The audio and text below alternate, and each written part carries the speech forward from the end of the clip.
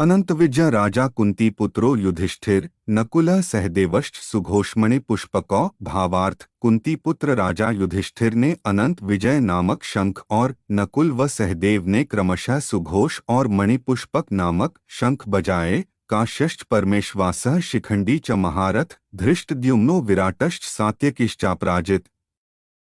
द्रुपदो द्रौपदेयाश्च सर्वशः पृथिवीप्ते सौभद्रश्च महाबाहुः शंखान्दधमुः पृथक पृथक। भावार्थ हे राजन, श्रेष्ठ धनुष वाले काशीराज और महारथी शिखंडी तथा धृष्टद्युम्न एवं राजा विराट और अजय सात्यकी, राजा द्रुपद और द्रौपदी के पांचों पुत्र तथा लंबी लंबी भुजाओं वाले सुभद्रा पुत्र अभिमन्यु, इन सभी ने सब ओर से अलग अलग अपने अपने शंख बजाए। तात्पर्य: संजय ने राजा धृतराष्ट्र को अत्यंत चतुराई से यह बताया कि पांडु के पुत्रों को धोखा देने तथा राज्य सिंहासन पर अपने पुत्रों को आसीन कराने का अविवेकपूर्ण नीति श्लाघनीय नहीं थी। लक्षणों से पहले से ही यह सूचित हो रहा था कि इस महायुद्ध में सारा कुरुवंश मारा जाएगा। भीष्म पितामह से लेकर अभिमन्यु तथा अन्य पौत्रों तक विश्व के अनेक देशों के राजाओं समेत उपस्थित सारे के सारे लोगों का विनाश निश्चित था।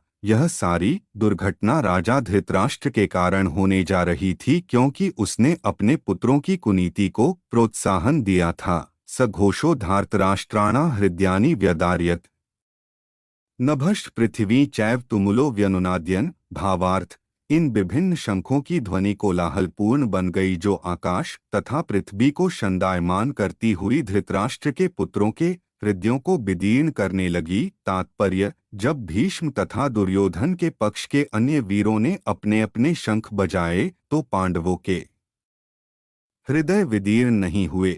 ऐसी घटनाओं का वर्णन नहीं मिलता, किंतु इस विशिष्ट श्लोक में कहा गया है कि पांडव पक्ष में शंखनाद से धृतराष्ट्र के पुत्रों के हृदय विदीर्ण हो गए। इसका कारण स्वयं पांडव और भगवान कृष्ण में उनका विश्वास है।